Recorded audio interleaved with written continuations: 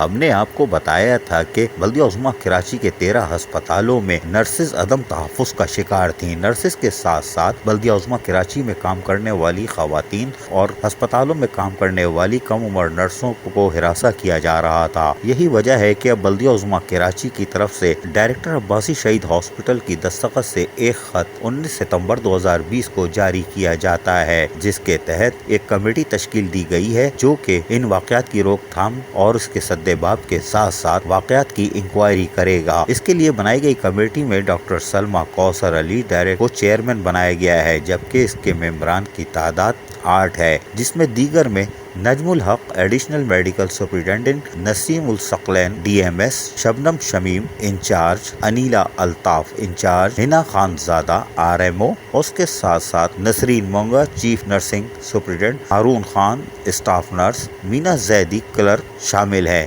یہ 9 رکنی کمیٹی باقاعدہ عباسی شہید ہسپتال سمیت دیگر ہسپتالوں میں ہونے والے ہراسمنٹ کے واقعات کا جہاں تفصیلی رپورٹ تیار کرے گی، وہیں اس کی روک تھام اور اس کے سدباب کے لیے حکومت کی طرف سے بنائے گئے قوانین کی روشنی میں سفارشات پیش کرے گی۔ یقیناً یہ ایک خوش آئندہ اقدام ہے جس سے عباسی شہید ہسپتال سمیت دیگر ہسپتالوں میں بھی ہراسمنٹ کے واقعات میں کمی آئے گی، اور یقیناً وہاں کام کرنے والی قابل احترام نرسز جو کہ لوگوں کی خدمت کرتی ہیں، ان کا ہم احترام نہیں کرتے، اب یقیناً ہماری نرسوں کا احترام بھی ہوگا اور ان کو قدر کی نگاہ سے بھی شاید دیکھا جائے جس کے لیے وہ حقدار ہیں۔ عزیز عارف KBS بلدیاتی نیوز کراچی۔